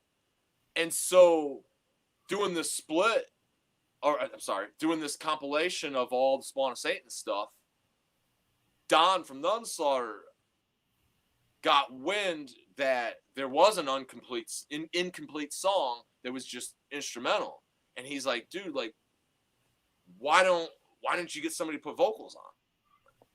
And it's like, why would I get somebody to put vocals on it when we could get somebody that would, like, at least bare minimally make sense to put vocals on? Because he had a lot of suggestions of who. And I'm not to be like some elitist that, like, I'm the guy that should decide who or who shouldn't. But unfortunately, that is exactly what happened. Like, I happen to be the guy I got, you know, these rare tapes. I mean, I'm nowhere even near anything of what made me a Spawn of Satan fan. I just merely did a 2-song 7-inch, and that's my contribution. And then I played bass on songs that were already written. So I just learned what somebody was writing. Maybe I put, like, you know, whatever the hell bass thing I could do. But ultimately, that's going to surround by the guitar riffs that are written. You know what I mean? Yeah. So I feel very low on this total pool. But somehow, when now Jim's gone and I'm doing this release, I'm very much like the guy. And so when Don mentioned that, I'm like, fuck, man, I thought I anticipated of just keeping it instrumental, but it is a studio recording. It's a great song. I played bass on it. I kind of honestly think that I'll do the vocals on it then. Because it's like, from a fan's perspective, it makes sense for the one time has been bass player to all of a sudden be the guy that maybe did vocals. But then it makes especially even more sense when that guy has an idea of how to sound like Jim when he does those vocals. So Don, all right, great. Well, we had this idea that Don had an idea with Jim lyrically. He's like, well, I'll write the lyrics and stuff like that, please. Like, I don't have the foggiest idea where to begin with that. Like, all I heard was an instrumental song. In fact, I thought it was actually kind of cool as the bass player because it was like actually one of those songs that had a lot of like different bass grooves that I felt like the bass almost like led it without vocals. So Don wrote lyrics to it, and he gave me like a demo of his interpretation of how they should be placed. I really like studied those lyrics. I have like 2 90-minute tapes of Spawn of Satan material that nobody's ever heard other than the people that were involved. And I was going through that, and I found 30 minutes of unreleased stuff that actually has vocals on it. And I was like, well, that is definitely the stuff that has to be used on the release. But these are 2 90-minute tapes, mind you. So 30 minutes is what? Minus 180. 150 minutes of other, what is it? Exactly. It's fucking basically full instrumental, good, like, rehearsal quality, but, like, you can hear solos, bass, drums, of stuff it's like, well, dude, these are fucking great songs. Had they ever been finished, they like, if you're a Spawn of Satan fan, like, you gotta at least be able to hear it. Yeah. So now that the comp is upon us, that's what's gonna happen. If you're a Reaper Metal, like a fan club member, you're gonna get that Spawn of Satan bonus stuff. There'll probably be other ways to get it. I want to make it fair because there might be people that don't give a shit about Reaper Metal, and I'm fine with that. And they might only care about having that Spawn of Satan stuff. So I don't want to, like, do some corporate America business tactic and force them into subscribing to something that they don't give a shit about. So I do want to somehow make it available to them.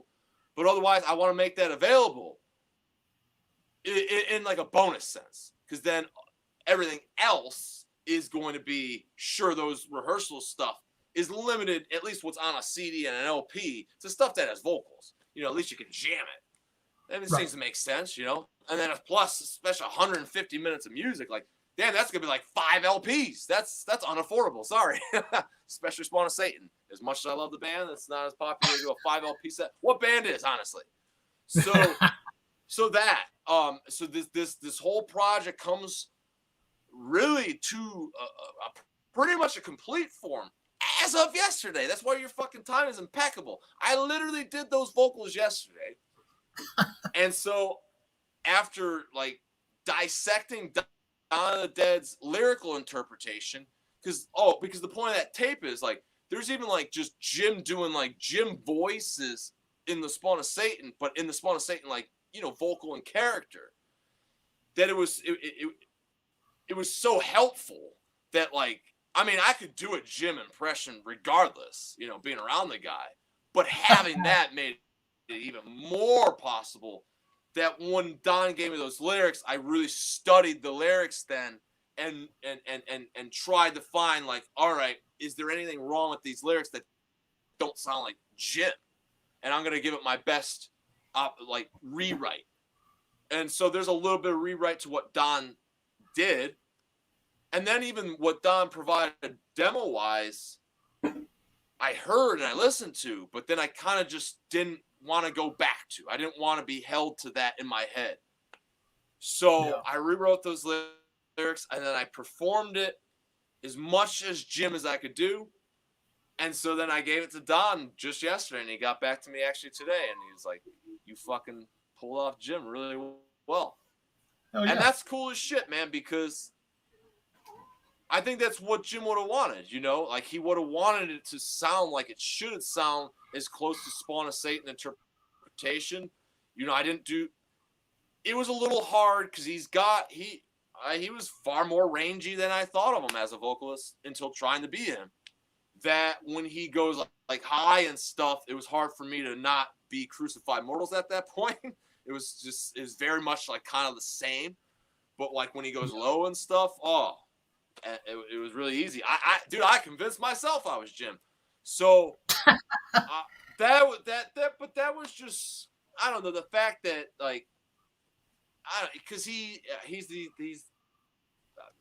probably, other than his family and really, like, lifetime friends, and I was a pretty long time friend of Jim, but obviously nowhere near as Don, just because he's literally just that much older than me too, and knew the guy that much longer. To have him even agree and think that it sounded like him was like, like, what I mean? It was like, it was a gold star. And so that was literally just yesterday. So now all the music's, like, done. Everything's collected to put that Spawn of Satan release together. And, man, it's going to be a long one. But if you're a fan of that band, you're going to be so fucking happy, man. There's going to be shit you never heard. There's going to be shit you did hear, but it sounds better, like that the one that I did, the Evil Angel mix. I remixed it to the best that I could because it was done. I didn't even know we were gonna do that, but man, we were just writing a song, and then all of a sudden, like a week later, Jim's like, "We're gonna be putting that crappy performance that we put out as a 7-inch." It's like, oh god, like, can't we just, like, re-record it? Like, well, no, it's cool. It's like, it's not. But whatever. So that, years later, being the guy that's alive that's gonna have to listen to this, I wanted to, like polish that turd. I polished that turd, got everything together. And then it was really cool, too, because then my brother Eric, who does a lot of the Hell's Headbangers releases, he had what was Jim's already like cover idea and layout and art concept for these songs that I just described that were unreleased. Yeah. So that was great too, because then I didn't have to like even rely on trying to come up with like an idea that had to be like Jim minded, Spawn of Satan minded. It was already there. That it was like, that's what we're using. And I just never thought I would ever be in a position that I'm the guy that has to essentially oversee somebody's metal will. And I sure as fuck and think through the proof that happened thus far, did a good job with it. Yeah, that's cool. Let me what was I gonna? Oh, my buddy Roy from Necroharmonic. I don't know if you know Roy, but he said to hit him up. He said Jim had given him some Spawn of Satan stuff years ago. You may have it already. I don't know, but it could be worth the. Yes. Oh, I don't know. Yeah. So probably like I probably have it because he probably would have been sending the same stuff, a la that tape.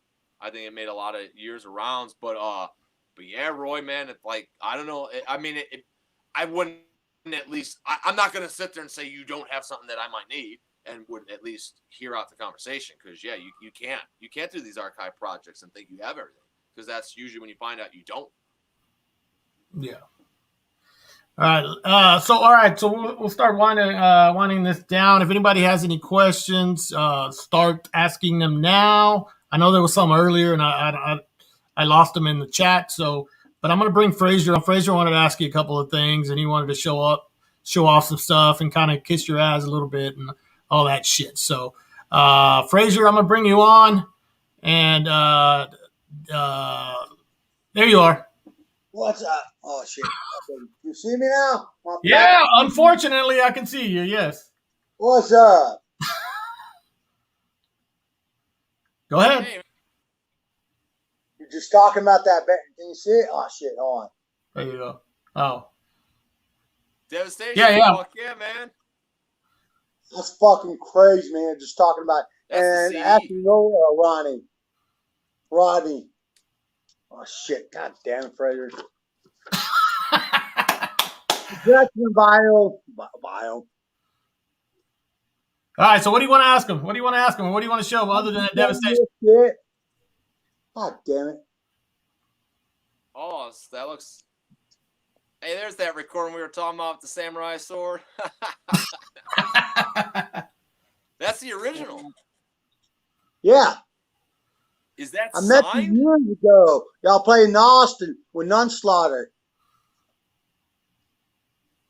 Oh, I met you? Yeah, years ago. At Nunslaughter, y'all played in Austin. Oh, no shit. Oh, all right. Were you with the guys from Houston? Yes. I was drinking days. At that hotel? Probably. Well, I don't know if that's as much, but what?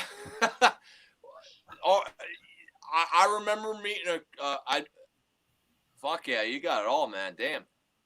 You got the Scottish band. I didn't know I met you, man. I mean, that's all, man. Yeah. Hell Ripper. Well, I don't like being that guy. I at least like to remember me. Y'all got that band, man. That's cool as fuck, man. I appreciate it. I really appreciate that. All right, Fraser. Yeah, you got it all. All right, yeah, we get it. We get it, dude. Black and assimilation yet. All right, so Fraser, hey Fraser, give me a second. Man. That's fucking killers. You got a question, but there's like a 2-second delay. So when you ask a question, just give it his time, and he'll answer it. So ask him whatever you want to ask him. Okay, are y'all gonna do a double crucified mortem? we gonna do another Crucified Mortals album? Yeah. Yeah, very much so. It's honestly a lot of that stuff has been written for a while now, and probably about 2 hours ago when this conversation started, I was ranting about basically how Reaper Metal it had to take precedent before that, and I had to finish up a lot of stuff. And so now that stuff is finished up in this 20-year collection out, it's time to finally move forward. And yeah, there has been a lot of ideas through these years, which is actually really cool too, because by the time the band does put out something fresh, it will have been that long. And what's good about that being like old through the ideas is I don't think it'll lose its place of what the band sounds like. Yeah, that's the Japanese press in there. So yeah, and honestly, there's even some stuff that's like about as old as the self-titled that just didn't make it at the time, because a lot of things changed around the self-titled period, to then Psalms and stuff. So, I'm really, I needless to say, behind the scenes, there's been a lot of like zip lips about like what's happening, even Crucified Mortals wise, with new stuff. I'm really looking forward to finally just embraced and thrown out there, but these things take time, and I guess I'm more patient than I thought. Hey, that's badass, man. Shit, man, because I've been watching y'all for years, man. And shit, man. There's that record store you mentioned earlier. Yeah, I know. I recognize you coming. Kurt from Sound Exchange orders from y'all all the time. I'm sorry. Fraser. Can you hear me? Kurt, no. Right? Yes, from Sound Exchange. Is Kurt? Kurt is from Sound Exchange, right? That's the dude's name. Yeah. He orders from y'all all the time. Cool. Yeah, I know Kurt. I used to handle all his headbangers orders for the most part. Yes. Kurt, you need to do a Reaper Metal Productions order. Yeah. That's where I got this CD from, man. And I fucking love it, man. That's good shit, man. They're supposed to be playing here in Houston next year. Who's that? Lady Beast? Yes. Who is? The hero thing. Okay. And it's a bunch of Satan. I mean, that'd be great. They would do well, man. They're top notch, man. They are really tight and awesome live. I got to see them. I seen the video. You all talking to her and stuff in Pittsburgh again. Hey, I want to ask you. Hey, Fraser. A local gig, so. Fraser, I'm gonna have to put you in the back. I got some questions I need to ask, and that way we can wrap this up. All right. I do. All right. Quick question. Where to go? Let me run through a few questions and we'll wind it down. How much can J Dog deadlift? What the fuck? I don't know. A lot, I guess. Oh shit! All right, here's another one. Actually, maybe it has. Yeah, here's more of a comment. Reaper sent me a CD and some sticker when I thought I won a giveaway a few years back. I was stoned to realize I didn't. I don't know what the fuck. I think you're stoned right now, Tony, because I don't understand what the fuck you're saying.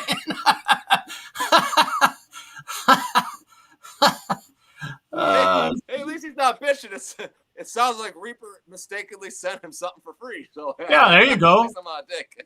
even people that don't win actually win, right? Oh fuck. There you go. See,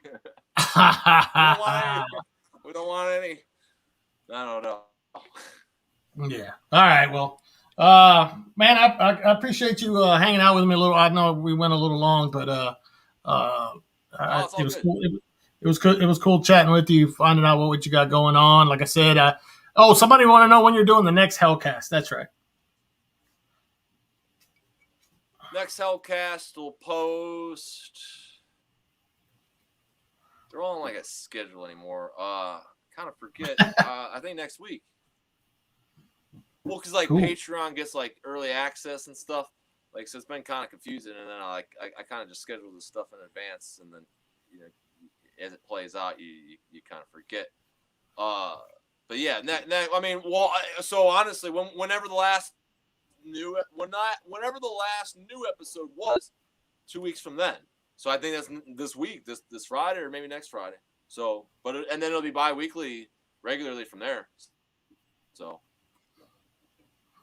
Yeah, the last one I saw, I think, was the one where you were actually at the Hell's Warehouse, I believe, again. Yeah, dude, we did that in like April. Oh shit! So that's sometimes how far out these are. Damn. All right, cool. Yeah, hey, I got a lot to do. I got to do shit in advance. Yeah. Oh, I hear you. Well, cool. Just a lot of people saying they like HELLCAST and they watch you guys all the time, so that's cool. Well, man, if there's anything you'd like to add. Great. If there's anything you'd like to add before we get out of here, please do. Maybe something I didn't cover. I don't know, man. You went to Zach and you got some rare ass photos, and you asked me about the cheapest brother. I think you know some of the deep insides and outs. I don't know what more I could say. And a skinny J-Dog photo. Appreciate it, though. That's for damn sure.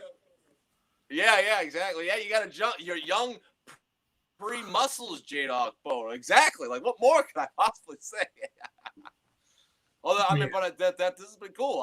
That's fucking cool that you even know that shit, and it's out there, and reached out to Zach. Like, what the hell? I do a little bit of work on this. Not much, but I do a little bit. That's great.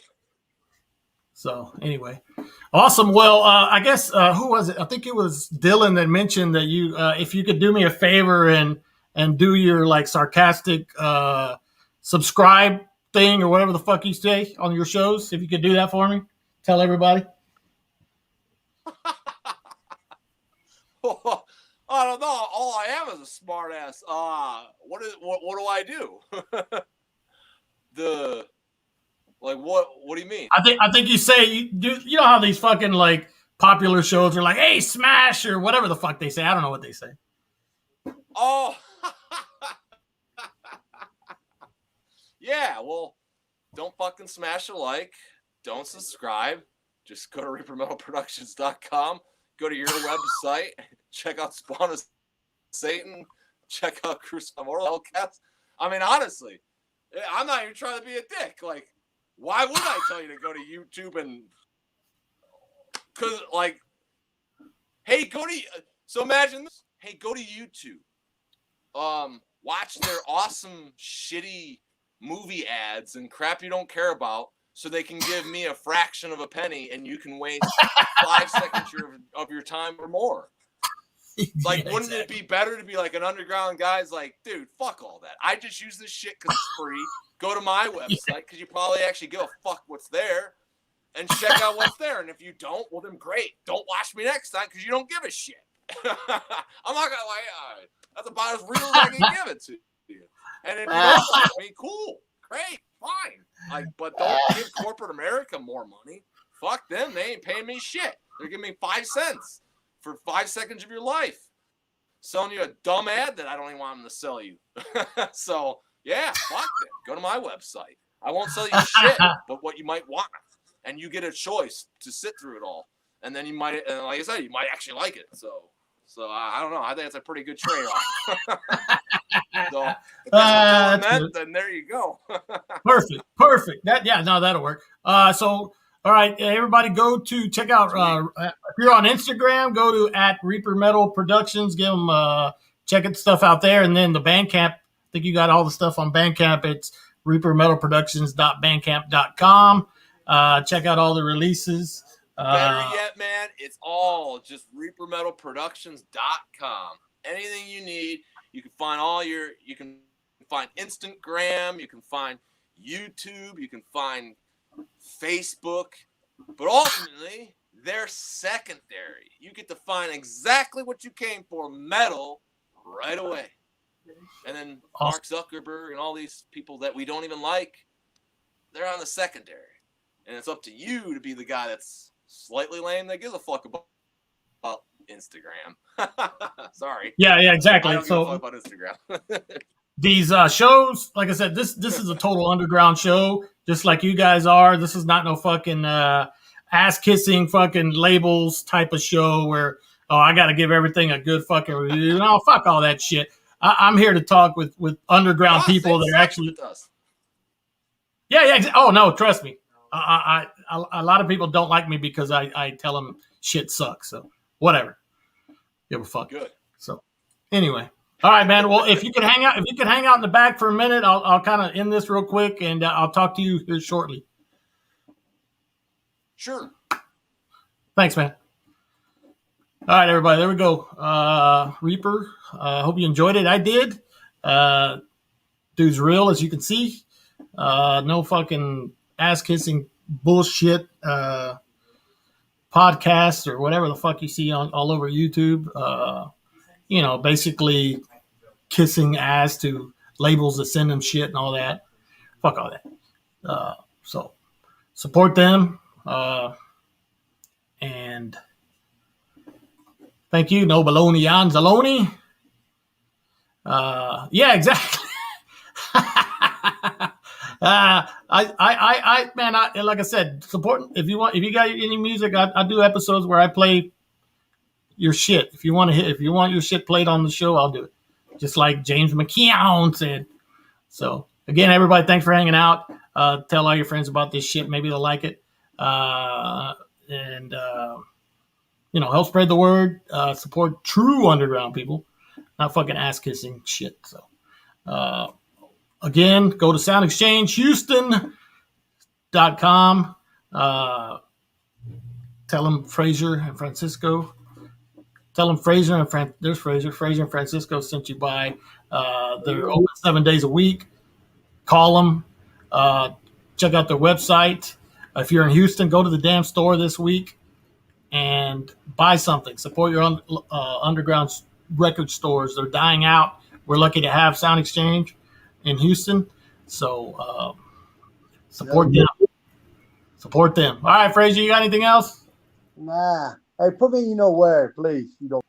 I don't know if Fraser. I thought you quit drinking, Fraser. Anyway, all right. Again, hey, no word from about Tim yet, Andy. So I'm still working on it. So anyway, everybody, thanks for hanging out. Let's jam out all badass together. I'll see you guys on the next one.